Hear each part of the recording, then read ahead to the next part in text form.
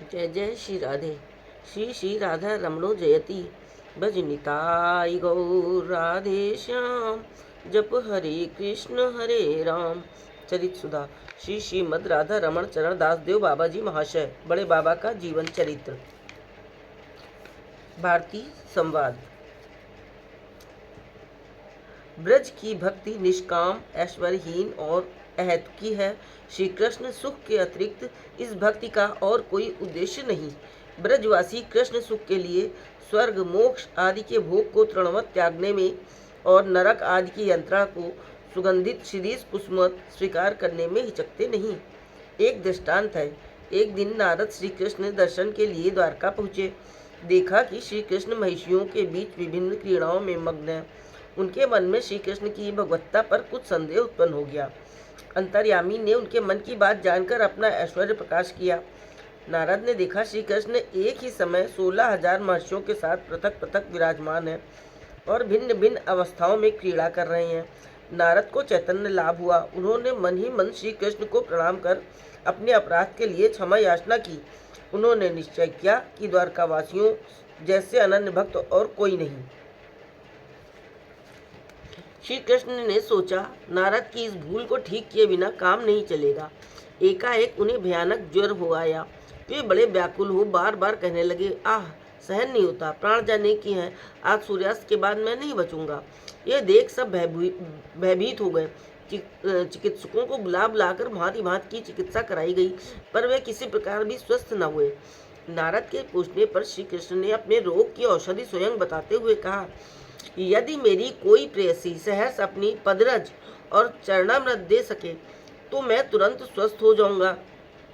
सुनकर नारद बोले, ये क्या बड़ी बात है। जो महिषियां आपके लिए अपने प्राण तक दे सकती हैं, वे क्या चरणामृत नहीं दे सकती। नारद जी ने एक एक कर रुक्मणी, सत्यभामा आदि सभी से औषधि के रूप में उनकी पद धूली और चरणामृत की प्रार्थना की। सभी विस्मित होकर बोली, देवर्षि, ये कैसी बात। वे हमारे स्वामी हैं, परम गुरु हैं, उन्हें अपना चरणामृत दे हम नरक में जाएं, ये कभी नहीं हो सकता। नारद ने कहा, श्री कृष्ण बहुत व्याकुल हैं और कह रहे हैं कि सूर्यास्त के पीछे उनके प्राण न बचेंगे। उनके बहुत कहने सुनने का भी उन पर कोई प्रभाव न पड़ा। वे अत्यंत दुखी हो मथुरा पहुँचे। वहाँ भी उनका प्रस्ताव किसी ने स्वीकार न किया। अकस्मात उनके मन में आया कि वृंदावन में भी तो श्री कृष्ण की बहुत सारी प्रेयसियाँ हैं, एक बार वहां जाकर देखूं। फिर सोचा कि जब ये प्रधान प्रेयसियां ही चरणामृत देने को तैयार नहीं, तो वे गोपी जात की ऐसा क्यों करेंगी।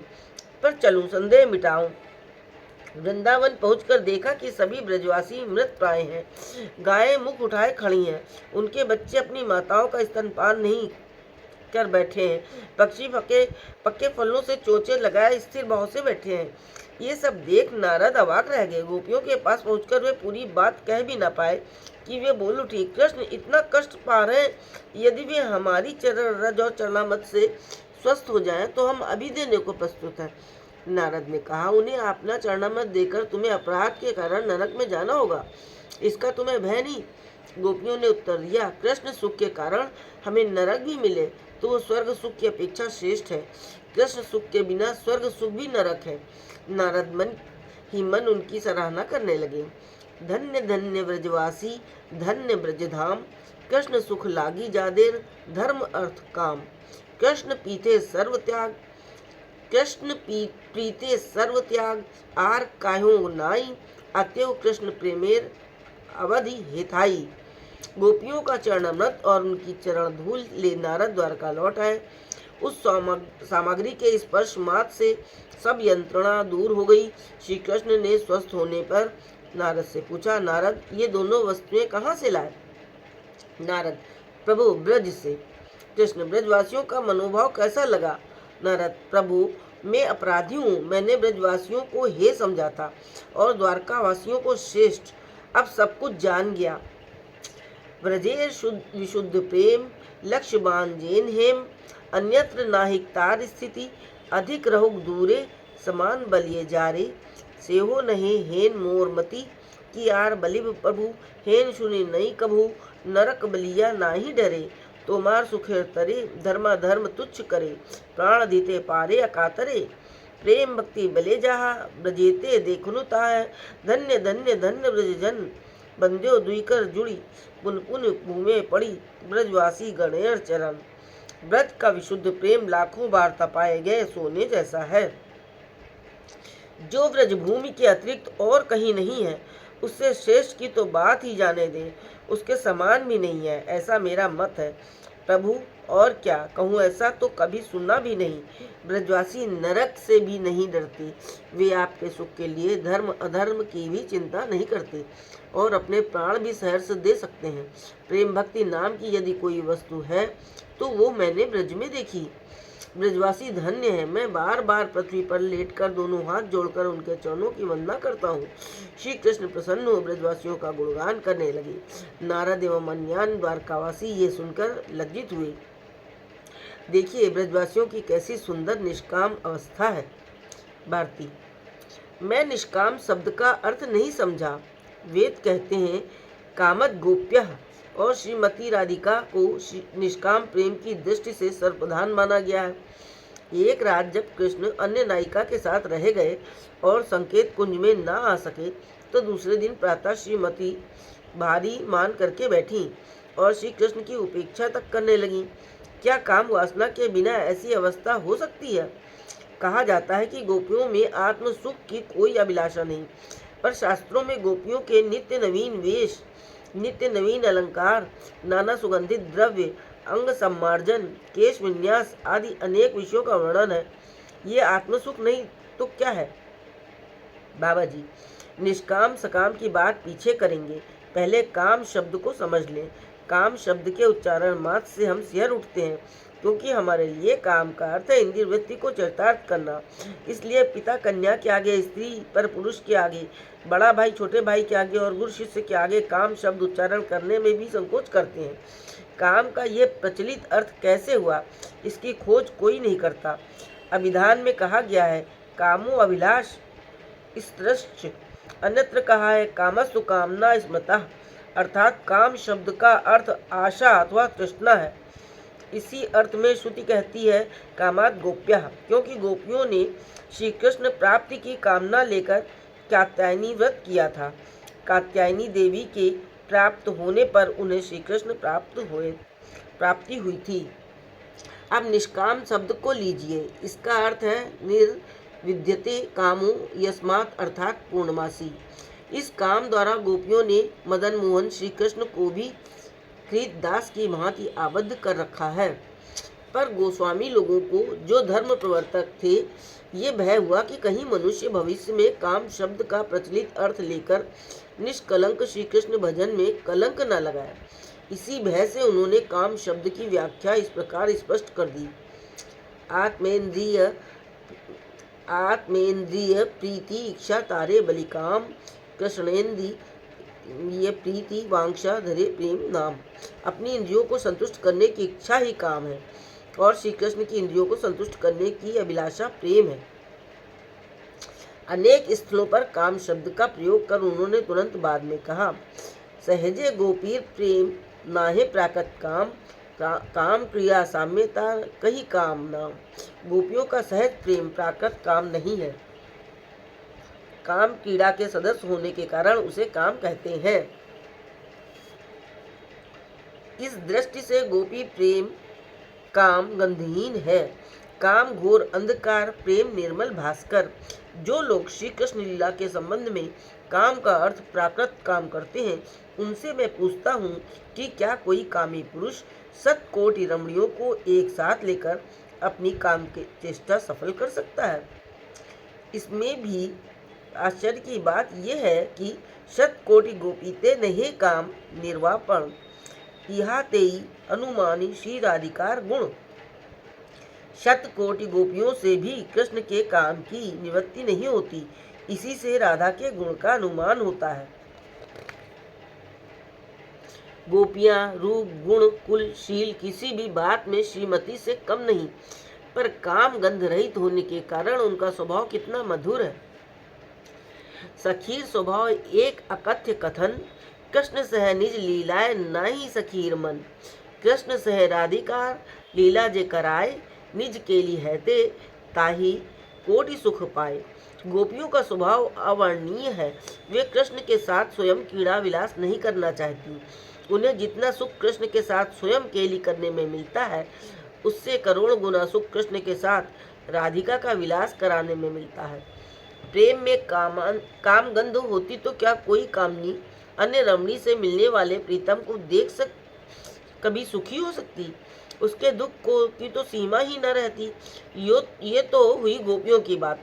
अब श्रीमती क्या कहती हैं वो सुनिए। आमी कृष्ण पद दासी, तिहो रस सुख राशि, अलंगिया करे आत्मसात, कीवा ना देन दर्शन, जारे मोर तनुमन, तबु तिहो मोर प्राणनाथ।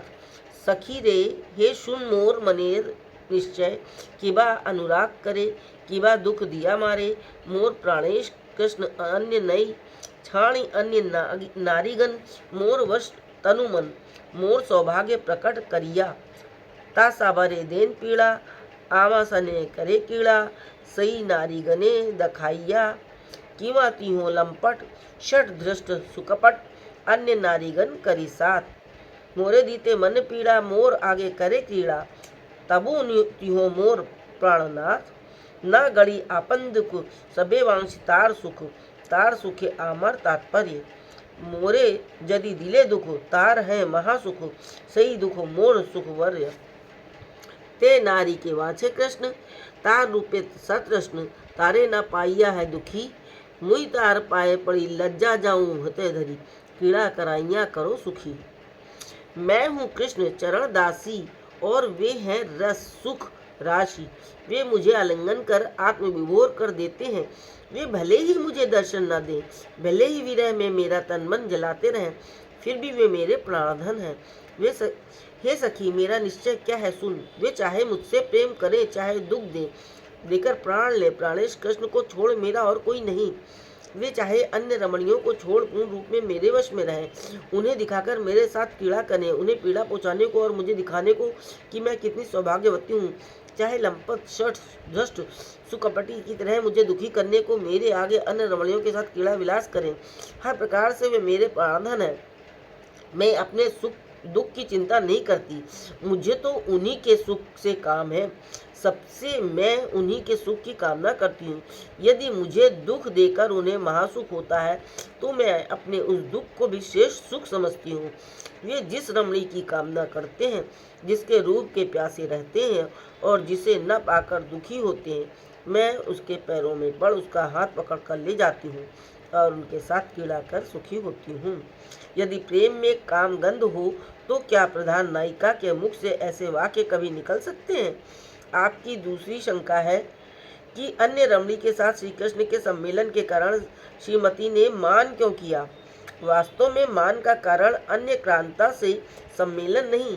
श्रीमती ने मान की अवस्था में कुछ सखियों से कहा, सखी, जो रमणी कृष्ण सुख की चिंता न कर आत्म सुख में भूली रहती है और श्री कुसुमवत सुकोमल कृष्णांग में अपने नखों और आभूषणों से आघात कर दुखी नहीं होती, उसे कृष्ण प्रश्नों की गणना में रखना उचित नहीं। यदि रसिक शिरोमणि नागराज किसी योग्य नायिका के साथ केली क्लास करें, तो मुझे बिंदु मात्र दुख नहीं।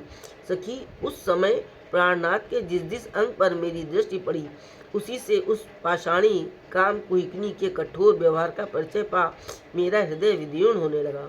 तभी मैंने उससे कहा, जा शठ, मेरी दृष्टि से ओझल हो जा। अब बताइए, ये मान कृष्ण सुख का परिचायक है अथवा स्वकाम वासना का? गोपियों के वस्त्र आभूषण सुगंधित द्रव्य, उनका अंगमार्जन केश विन्यास, ये सब भी आत्म सुखार्थ नहीं है, ये भी श्री कृष्ण सुखार्थ ही है। यदि क्रीड़ा विलास के बीच गोपियों के वस्त्र भूषण स्थानच्युत हो जाते हैं, तो श्री कृष्ण अपने हाथों से उन्हें ठीक कर देते हैं। गोपियां श्री कृष्ण को सुखी रखने और उनकी सौंदर्य पिपासा को शांत रखने के लिए ही सुसज्जित रहती हैं। श्री चैतन्य चरितामृत में वर्णन है, तबे जे देखिए गोपीर निज देहे प्रीत, से होत कृष्णे लागी जानी निश्चित, एई देह कैलू आमी कृष्णे समर्पण, तार धन तार इहा संभोग साधन, ए देह दर्शन स्पर्शे कृष्ण संतोषण, ए लागी करेन देह मार्जन भूषण, आमार दर्शने कृष्ण पाइल एत सुख, ए सुखे गोपीर प्रफुल्ल अंगमुख। गोपी शोभा देखी कृष्णेर शोभा बाड़े जात, कृष्ण शोभा देखी गोपीर शोभा बाड़े तक। एई मत परस्पर पड़े हुड़ाई हुड़, परस्पर बाड़े कही मुख नाही मुड़ी। किंतु कृष्णेर सुख है गोपीर रूप गुणे, तार सुखे सुख वृद्धि है गोपी गणे। अतएव सही सुख कृष्ण सुख पोषे, यही हेतु गोपी प्रेमी नाही काम दोषी। गोपियों में स्वदेह के प्रति जो प्रीति देखने में आती है वो भी कृष्ण के लिए ही है, ये निश्चय जानो। वे सोचती हैं कि हमने ये देह कृष्ण को समर्पित की है, ये उनका धन है, उनके उपभोग का साधन है, उनके शरीर का स्पर्श कर कृष्ण को संतोष होता है, इसलिए वे अंग मार्जन करती हैं और आभूषण धारण करती हैं। हमें देख कृष्ण इतने सुखी होते हैं, ये सोच गोपियों का सर्वांग खिल उठता है। गोपियों का सौंदर्य देख कृष्ण की शोभा जितनी बढ़ जाती है, गोपियों की उतनी कृष्ण के सौंदर्य को देख बढ़ जाती है। इस स्पर्धा में दोनों एक दूसरे से आगे रहना चाहते हैं। कोई भी सुख नहीं मोड़ता, कोई भी मुख नहीं मोड़ता। गोपियों के रूप गुण से कृष्ण को सुख होता है और कृष्ण के सुख से गोपियों को सुख होता है, इसलिए गोपी प्रेम में काम दोष नहीं है। भारती, मुझे आज जो आनंद हुआ उसे कैसे व्यक्त करूं? श्री चैतन्य चरितामृत में ये सभी स्थल मैंने अनेक बार पढ़े हैं, पर उसका ऐसा सुंदर अर्थ कभी नहीं समझ पाया। एक बात और बताइए, भक्ति मार्गी मुक्ति को इतना तुच्छ क्यों समझते हैं? बाबा जी, भगवान ने स्वयं कहा है, सालोक्य सारष्टि सामीप्य सारूप्य एकत्वम प्युत दीयमानम न ग्रहंती बिना मत सेवनम जना। सालोक्य का अर्थ है समान लोक में, अर्थात एक क्षेत्र में वास। मनुष्य भगवत राज्य में रहने के लिए कठोर तपस्या कर जो सुख प्राप्त करता है, उससे करोड़ गुना सुख भगवत कृपा पात्र या साधारण साधन परायण भगवत दासी को अनायास मिल जाता है।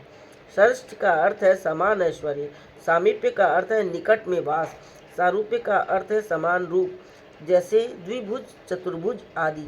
यदि किसी सुख का आस्वादन न हो तो ऐश्वर्य से, समान रूप से और पास रहने से भी क्या लाभ। एकत्व का अर्थ है निर्वाण, अर्थात प्रभु के साथ मिल जाना। अब आप सोच के देखिए कि इन 5 प्रकार की मुक्तियों से क्या सुख मिल सकता है। इसीलिए सुचतुर भगवत भक्त अतिशय कष्ट साध्य मुक्ति को ही समझते हैं।